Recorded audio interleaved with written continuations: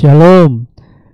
Senang sekali saya boleh menyapa jemaat GBIS Elohim, juga keluarga Elohim Ministry, serta keluarga besar yang menyaksikan channel YouTube ini di GBIS Elohim Center. Puji nama Tuhan, saya boleh menyapa Bapak Ibu Saudara yang dikasihi Tuhan meskipun hanya lewat virtual, ibadah virtual ini. Wah, senang sekali, saya rasanya kangen mau ke sana, tetapi ya karena situasi yang luar biasa ini, pandemik yang luar biasa ini, semua serba terbatas. Tetapi saya yakin pertolongan Tuhan itu tidak akan pernah terbatas dan pasti akan menolong keluarga besar GBIS Elohim Solo. Luar biasa. Dan saya yakin kebenaran firman Tuhan hari ini juga akan menguatkan setiap kita semua sehingga kita semakin kokoh di dalam Tuhan, tidak menyerah, sehingga kita terus bersemangat untuk mengiring Tuhan. Amin. Bapak yang baik, Bapak yang luar biasa di dalam nama Tuhan Yesus Kristus, sungguh hari ini merupakan satu sukacita besar kalau kami masih boleh diberikan hari untuk kami boleh menikmatinya dan berkarya. Meskipun Tuhan kami melakukan itu semua di dalam keadaan yang masih serba terbatas karena situasi pandemik corona yang begitu luar biasa, tetapi kami yakin keadaan ini tidak menyurutkan langkah iman kami untuk kami terus mengiring Engkau. Ada rencana Tuhan, ada pekerjaan Allah yang hendak Engkau nyatakan dalam kehidupan kami lewat semuanya. Oleh sebab itu, kuatkan kami, teguhkan kami, serta berikan pencerahan di dalam pikiran kami sehingga kami boleh semakin mengerti akan kehendak Tuhan di dalam kehidupan kami. Terima kasih Tuhan, kami siap merenungkan firman Tuhan di dalam nama Tuhan Yesus Kristus. Haleluya. Amin. Nah, Bapak Ibu Saudara yang kasih Tuhan, hari ini saya ingin mengajak setiap kita untuk merenungkan kebenaran firman Tuhan yang terambil di dalam Amsal 24. Amsal 24 ayat yang ke-10 ya. Amsal 24 ayat yang ke-10. Dikatakan begini: jikalau engkau tawar hati pada masa kesesakan, kecillah kekuatanmu. Ya, sekali lagi, jikalau engkau tawar hati dalam masa kesesakan, kecillah kekuatanmu. Nah, Bapak Ibu Saudara yang kasih Tuhan, Amsal ini, Amsal 24 khususnya itu menceritakan tentang hikmat-hikmat yang didapat oleh yang menulis kitab Amsal ini, yang juga diperkirakan adalah seorang yang bernama Raja Salomo. Ya, Raja Salomo itu mempunyai hikmat yang luar biasa. Dia pernah ditanya satu kali oleh Tuhan, Salomo, apa yang akan kau minta? Apakah kau minta harta? Salomo berkata, tidak. Apakah engkau minta kejayaan? Tidak. Cuma satu yang aku minta, yaitu apa? Hikmat kebijaksanaan daripada Tuhan. Ya. Salomo begitu luar biasa. Dia mengambil satu hadiah. Ya. Dia mengambil satu hal yang sangat utama di dalam kehidupannya. Dia mengerti bahwa itu akan membuat dia melewati segala masalah demi masalah di dalam kehidupannya, yaitu apa? Hikmat marifat daripada Tuhan. Ya. Kalau kita lihat di perikop 24 ini bicara tentang orang jahat, ya, dan kemudian hikmat mendirikan rumah. Hikmat orang bijak itu melebihi daripada orang yang kuat. Ya, kemudian ada perencanaan tentang berperang, ya. Dan ayat yang ke-7, hikmat terlalu tinggi bagi orang bodoh. Ya, itu perkataan-perkataan hikmat hingga di ayat yang ke-10 dikatakan, jikalau engkau tawar hati pada masa kesesakan, kecillah kekuatanmu. Ya. Salomo tahu ini yang membuat dia semakin kokoh di dalam Tuhan. Kenapa? Karena hanya hikmat Tuhanlah yang membuat dia menjadi kokoh. Dan karena hikmat Tuhan, dia tidak menyerah terhadap apapun. Nah, renungan hari ini saya akan angkat satu tema, yaitu jangan menyerah dari perikop ini. Kita tidak boleh, Bapak Ibu Saudara yang kasih Tuhan, lemah iman kita. Kita tidak bisa kecil iman kita. Jikalau engkau tawar hati pada masa sesakan, kecillah kekuatanmu. Kita tidak boleh tawar hati. Ada pernah satu kali saya mendapatkan pesan di WA, dikatakan begini, jikalau salah itu bisa diperbaiki, gitu ya. Jikalau engkau gagal, coba lagi. Tetapi jikalau engkau menyerah, selesai semuanya. Selesai sudah. Tidak ada yang bisa diperbuat. Kenapa? Karena kita menyerah. Nah, pesan WA ini membuat saya iya ya. Kalau kita salah itu bisa diperbaiki Bapak Ibu. Kita bisa minta maaf ya, mohon maaf untuk kesalahan saya ya. Sekarang ini dikatakan lebih baik minta maaf daripada minta izin. Ya, tetapi nggak boleh begitu juga ya. Ya, kalau salah kita perbaiki. Kalau kita gagal, kita coba lagi Bapak Ibu sudah kasih Tuhan. Tetapi kalau kita menyerah, kita tidak melakukan apa-apa, selesai sudah. Tidak ada yang bisa kita dapatkan, tidak ada yang bisa kita peroleh, tidak ada yang bisa kita terobos di dalam kehidupan kita. Kalau kita gagal ya dalam menghadapi pandemi ini, ya sudah selesai. Kita nggak ada mendapat apa-apa Bapak Ibu. Ya, kita nggak bisa ngapa-ngapain. Jadi Amsal ini begitu luar biasa. Ya, jangan kau tawar hati pada masa kesesakan. Jangan kau tawar hati pada masa kesesakan. Dalam firman Tuhan dia ya, di dalam ayat sehari-hari, engkau orang lemah jikalau engkau tidak tahan uji dalam menghadapi kesesakan. Firman Tuhan katakan dalam terjemahan yang lain, kita ini orang lemah kalau kita tidak tahan uji menghadapi kesesakan. Orang lemah. Tahu orang lemah Bapak Ibu? Orang lemah itu orang yang tidak bisa berbuat apa-apa. Ya. Ayub 7 ayat yang ke-7 ya, itu di sana dikatakan bahwa ingatlah bahwa hidupku hanya hembusan nafas, mataku tidak akan melihat yang baik. Orang yang memandang aku tidak akan melihat aku lagi. Ya, sementara engkau memandang aku tidak ada lagi. Ini apa? Ini jeritan dari seorang yang bernama Ayub. Kenapa? Karena dia merasakan hidup yang dialami itu sangat-sangat berat. Adakah hidup kita seperti Ayub? Saya pikir tidak ada yang seperti Ayub. Hidupan Ayub ini, dia diizinkan Tuhan mengalami tekanan demi tekanan di dalam kehidupannya. Karena apa? Karena Allah bangga terhadap dia. Aneh ya. Ini berpikir terbalik. Ayub mengalami penderitaan yang diizinkan Tuhan. Kenapa? Karena Tuhan bangga terhadap Ayub. Kalau Bapak Ibu baca di dalam Ayub yang pertama itu, Tuhan berkata kepada iblis, dari mana engkau? Dari keliling dunia. Sudahkah engkau melihat hambaku Ayub? Nah, Ayub mengalami penderitaan. Kenapa? Karena diizinkan Tuhan. Kau boleh uji dia, tetapi satu, nyawanya jangan kau ambil.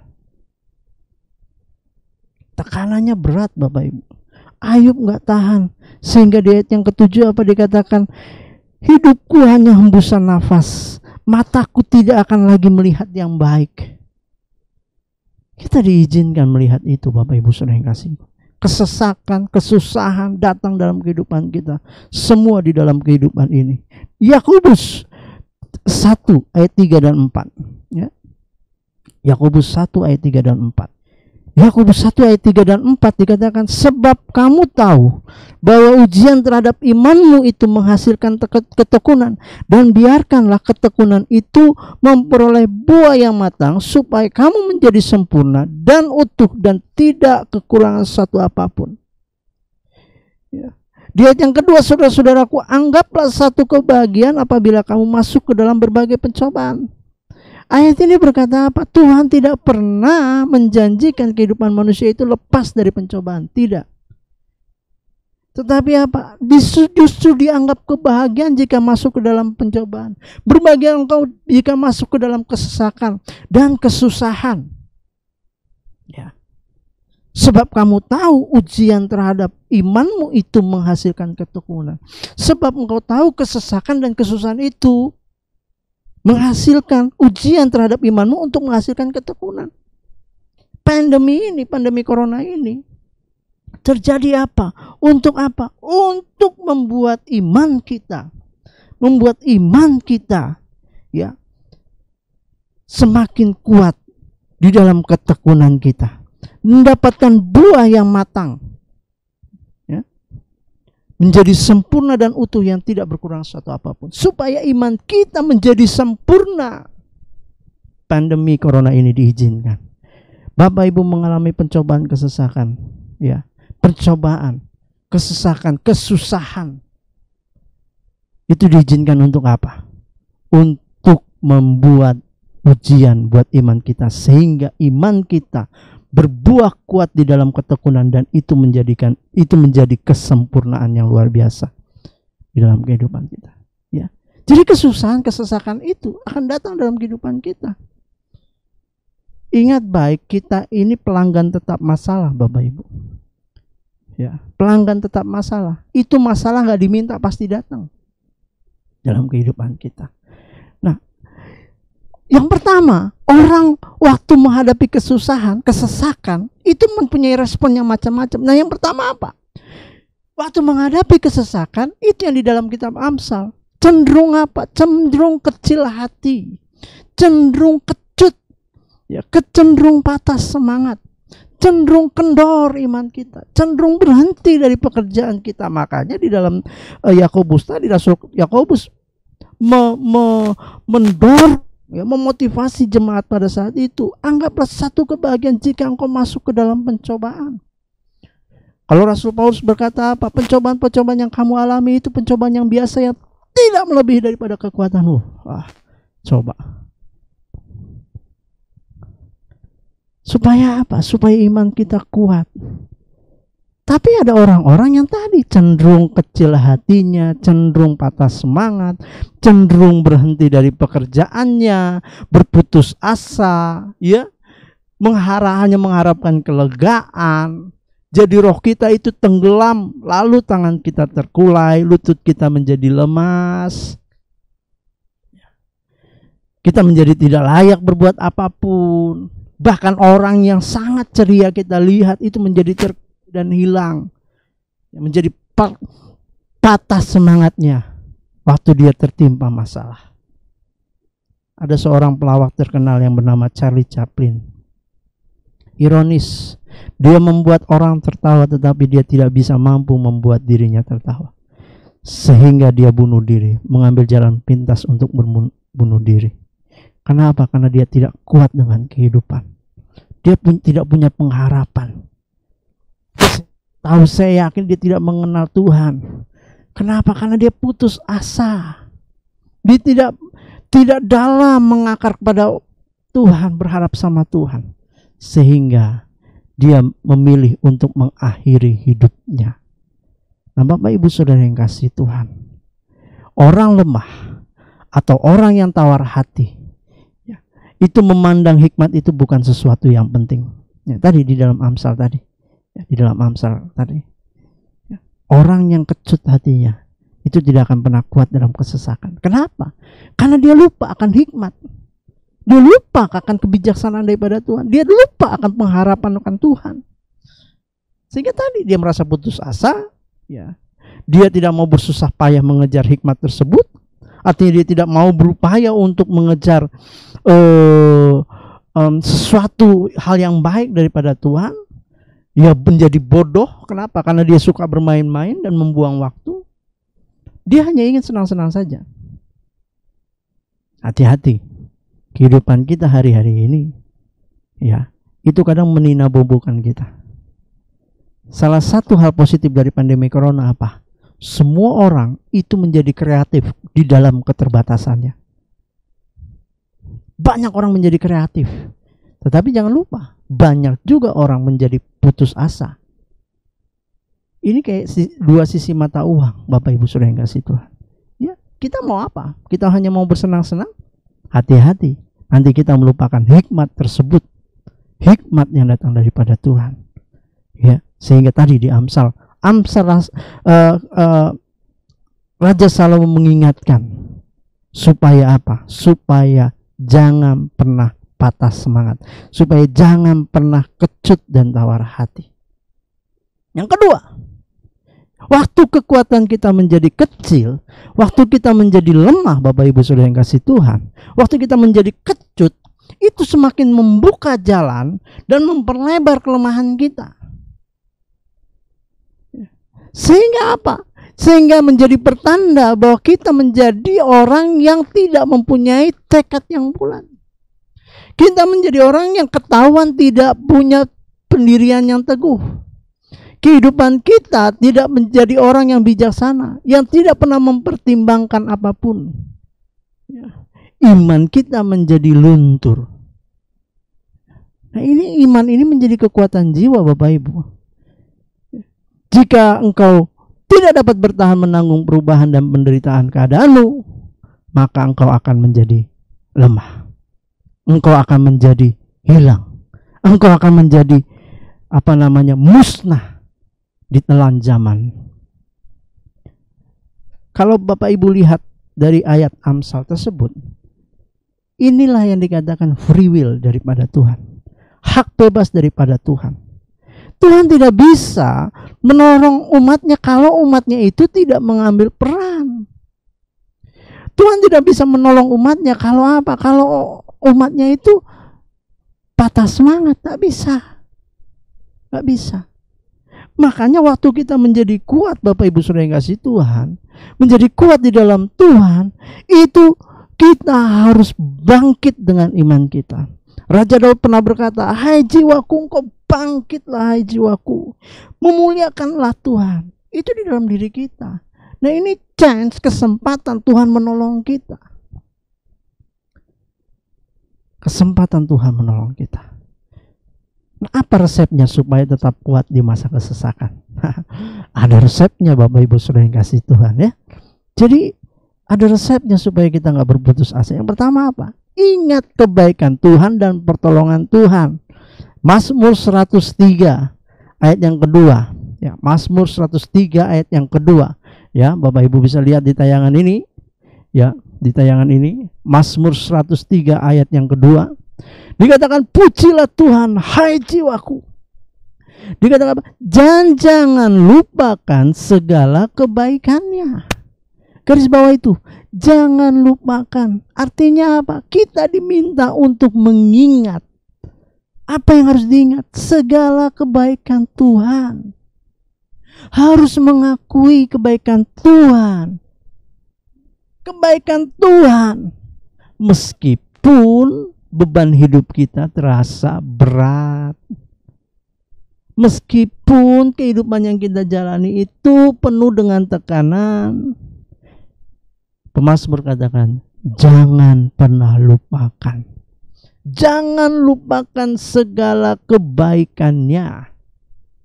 Akuilah dia dalam setiap tingkah lakumu. Jadi yang pertama, ingat terus kebaikan Tuhan dan pertolongan dalam kehidupan kita.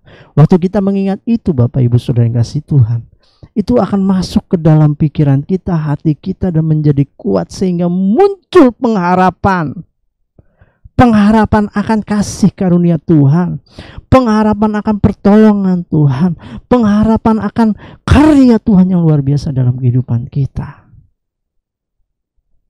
Ya, pujilah Tuhan dan jangan pernah lupakan segala kebaikan. Itu resep yang pertama.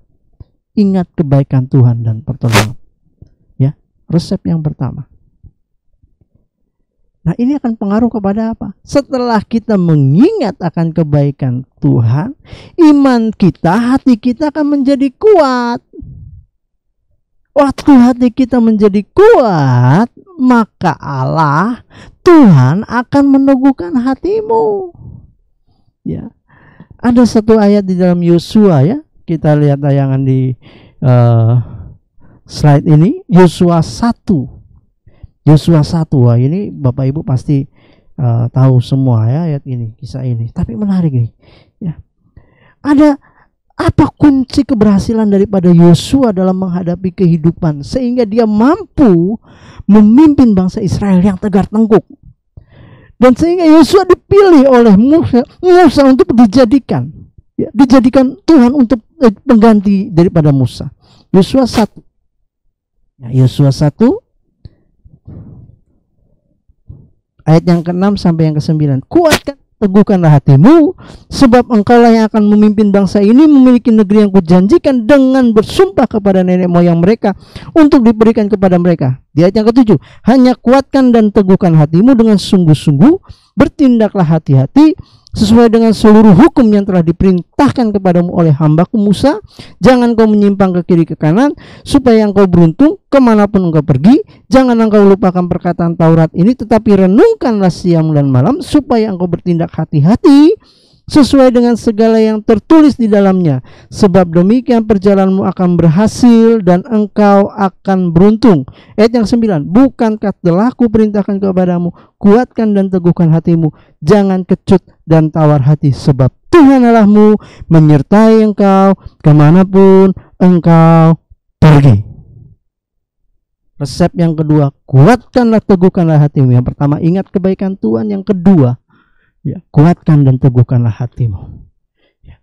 Di ayat 6 sampai ayat yang ke-9, di ayat yang 6, ayat yang ke-7, ayat yang ke-9, ada satu kalimat dikatakan, kuatkan dan teguhkanlah hatimu. Dan itu diulang 3 kali. Berarti ini merupakan pesan penting dan perintah daripada Tuhan. 3 kali. Kuatkan, teguhkanlah hatimu. Hanya kuatkan, teguhkanlah hatimu. Kalimat ini menjadi kunci dari semua penyertaan Tuhan. Ini menjadi kunci keberhasilan Yosua. Adalah dia hidup berdasarkan ketetapan Allah yang diagendakan oleh Tuhan, diperintahkan Tuhan, dan Yosua menjadikan itu sebagai fokus yang utama. Fokus yang utama. Kuatkan dan teguhkan hatimu, maka Tuhan akan meneguhkan engkau. Itu resep yang kedua. Yang pertama, ingat akan kebaikan Tuhan. Yang kedua, kuatkan dan teguhkanlah hatimu. Yosua melakukan itu dan terbukti Yosua berhasil. Di ayat yang terakhir dari kitab Yosua, aku dan seisi rumah tanggaku akan tetap memilih Tuhan, beribadah kepada Tuhan. Orang yang mengandalkan Dia dengan setia diberikan kekuatan dan kasih karunia yang cukup untuk bertahan pada masa kesusahan. Ya, Bapak Ibu nanti baca di dalam Yesaya 40 ayat 29, 2 Korintus 12 ayat yang 9, dan Kolose 1 ayat yang ke-11. Orang yang mengandalkan Tuhan dengan setia diberikan kekuatan dan kasih karunia yang cukup untuk bertahan pada masa kesukaran, dalam masa kesusahan. Ya, pencobaan-pencobaan yang kamu alami adalah pencobaan yang biasa, yang tidak melebihi daripada kekuatanmu. Dan pada saat engkau dicobai, maka Allah akan bertindak menolong engkau. Itu resep yang kedua. Resep yang ketiga adalah ikut perintah Tuhan. Ya, di dalam Yosua 1 ayat 8, ayat yang ke-6 sampai yang ke-9. Ya, di ayat yang ke-8, ya, ikut perintah Tuhan. Apa perintah Tuhan? Jadi mulai ayat yang ke-7, hanya kuatkan dan teguhkanlah hatimu, ya, dengan sungguh-sungguh bertindaklah hati-hati sesuai dengan seluruh hukum yang diperintahkan kepada hambamu. Jangan engkau menyimpang ke kiri dan ke kanan supaya engkau beruntung. Jangan lupa engkau memperkatakan kitab Taurat ini, tapi renungkanlah itu siang dan malam, supaya engkau bertindak hati-hati sesuai segala apa yang tertulis di dalamnya. Ya, kuatkan dan teguhkan hatimu yang pertama. Yang kedua, jangan kau menyimpang ke kiri dan ke kanan. Yang ketiga, jangan lupa kau memperkatakan kitab Taurat ini. Yang keempat adalah renungkanlah itu siang dan malam. Baru nanti di ayat yang terakhir, sebab Tuhan, di ayat yang ke-9, sebab Tuhan Allahmu menyertai engkau kemanapun engkau pergi. Bapak Ibu Saudara yang dikasihi Tuhan, jangan pernah takut di dalam kehidupan. Tuhan akan menolong engkau. Mata Tuhan tidak akan pernah lepas daripada kehidupan engkau. Dan pada saat engkau dicobai, Allah akan memberikan jalan keluar dan pertolongan. Apa masalahmu? Pandemi corona ini kah? Masalah kehidupanmu kah? Atau usia tidak bisa masuk ke dalam sekolah negeri? Gak usah khawatir. Gak usah khawatir. Ada Tuhan akan menolong engkau. Dia akan memberikan kecerdasan kepada engkau. Dia akan memberikan pertolongan kepada engkau. Dia akan melepaskan engkau daripada yang jahat. Hanya kuatkan dan teguhkanlah hatimu. Jangan pernah menyerah dalam kehidupan ini. Tetap percaya kepada Tuhan, ingat akan kebaikan Tuhan, kuatkan teguhkan hatimu, dan ikut pada perintah Tuhan, maka Tuhan akan menolong engkau. Amin untuk kebenaran firman Tuhan. Firman Tuhan sudah ditaburkan pada kesempatan pagi hari ini. Jangan menyerah. Sebab apa? Jika engkau kecut hatimu, maka engkau menjadi lemah dalam kesesakan, dalam kesusahan yang terjadi. Tuhan tidak mau. Tuhan mau kita semua kuat dan teguh di dalam kehidupan kita, sehingga kita bisa melewati segala permasalahan dalam kehidupan ini. Mari kita berdoa. Bapa yang baik, Bapa yang luar biasa, di dalam nama Tuhan Yesus Kristus, sungguh kami mengucap syukur untuk kebaikan Tuhan, bahwa kami boleh menjadi bagian orang-orang yang diselamatkan dan boleh mengenal kebenaran firman Tuhan. Hari ini kebenaran firman Tuhan Kau telah nyatakan kepada kami, supaya kami jangan menyerah terhadap apapun, terhadap kesesakan dalam penderitaan yang kami alami. Sebab penderitaan yang kami alami ini adalah pencobaan-pencobaan yang biasa, yang tidak melebihi daripada kekuatan kami. Di saat kami dicobai Tuhan, Engkau akan memberikan jalan keluar bagi kami. Dan kami tahu Tuhan, kesesakan yang kami alami, penderitaan yang kami alami itu merupakan ujian untuk iman kami, sehingga kami menjadi kuat di dalam ketekunan dan kelak akan berbuah manis, menjadi sempurna di hadapan Tuhan. Terima kasih untuk kebaikan Tuhan. Kiranya Kau berkati setiap jemaat Tuhan. Pertolongan daripada Tuhan akan menyertai kami. Dan kami percaya kuasa daripada Roh Kudus akan menolong kami. Kami berdoa hari ini untuk setiap jemaat Tuhan yang mungkin hari ini mengalami kesusahan. Kiranya Kau berikan terobosan Tuhan, jalan keluar Tuhan. Kami percaya kuasa Tuhan itu bekerja luar biasa, dan mujizat Tuhan itu masih berlaku sampai hari ini. Kami berdoa untuk jemaat Tuhan yang sedang sakit. Kau sembuhkan Tuhan di dalam nama Tuhan Yesus Kristus. Kuasa-Mu, darah-Mu di atas kayu salib itu berlaku untuk semua orang. Dan darah Kristus itu akan menyembuhkan kami dari sakit penyakit. Terima kasih. Kau berkati setiap jemaat Tuhan. Kau berkati setiap anak-anak-Mu yang saat ini sedang mencari sekolah, yang mungkin sedang mencari pekerjaan. Kiranya Engkau tolong Tuhan, berikan apa yang mereka rindukan, sehingga mereka boleh berkarya di sana, dan mereka boleh melayani Tuhan di tempat mereka masing-masing. Terima kasih Bapa, kami berdoa untuk bangsa Indonesia, bangsa dan negara kami ini Tuhan. Kuasa Tuhan kami rindukan, pertolongan Tuhan kami rindukan Tuhan. Boleh turun di atas bangsa ini. Kalau bangsa ini hari-hari ini sedang mengalami tekanan yang berat, masa pandemi corona ini Tuhan, yang semakin hari juga pasien atau yang terkena corona ini semakin meningkat. Tuhan kiranya tolong Tuhan. Engkau berkati Bapak Presiden kami Joko Widodo. Kami berdoa untuk Wakil Presiden Kiai Haji Ma'ruf Amin Tuhan, dalam mendampingi Presiden Jokowi Tuhan. Kiranya Engkau tolong. Kami berdoa untuk para menteri. Kiranya Engkau berkati dengan hikmat marifat daripada Tuhan. Kami berdoa Tuhan Yesus untuk para gubernur di daerah Tuhan. Berikan kemampuan pada Tuhan, untuk para bupati, untuk para wali kota atau aparat apapun Tuhan Yesus, untuk mereka boleh sinergi satu dengan yang lain. Aparat keamanan Tuhan, Kau berikan kekuatan daripada Tuhan, hikmat marifat daripada Tuhan, Kau menyertai mereka.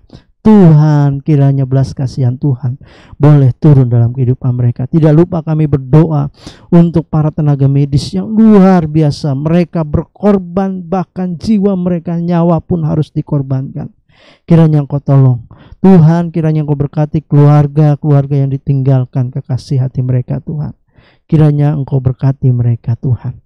Tuhan, kami berdoa untuk para ilmuwan yang saat ini sedang mencari formula Tuhan Yesus untuk vaksin dari virus corona ini. Berikan hikmat marifat daripada Tuhan, pertolongan daripada Tuhan. Terima kasih Tuhan. Kuasa Tuhan menolong kami. Bapak Ibu Saudara yang dikasihi Tuhan, kiranya kuasa daripada Tuhan akan menyertai engkau. Kembalilah engkau di dalam aktivitasmu, kembalilah engkau dalam keseharianmu, dan hanya berpandang pada Kristus saja yang menjadi utama, yang menjadi fokus utama dalam kehidupan engkau. Dan percayalah bahwa Tuhan akan menyertai engkau. Malapetaka tidak akan menimpa engkau. Tulah tidak akan mendekat kepada kemahmu, sebab malaikat Tuhan diperintahkan untuk menjaga engkau di setiap jalanmu. Kembalilah dalam aktivitasmu dan terimalah berkat daripada Allah Bapa kita. Tuhan memberkati engkau dan melindungi engkau. Tuhan menyinari engkau dengan wajahnya dan memberi engkau kasih karunia. Tuhan menghadapkan wajahnya kepada engkau dan memberi engkau kasih karunia.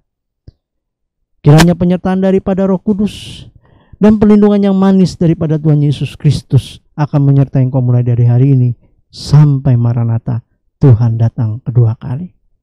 Amin. Shalom, Tuhan Yesus memberkati.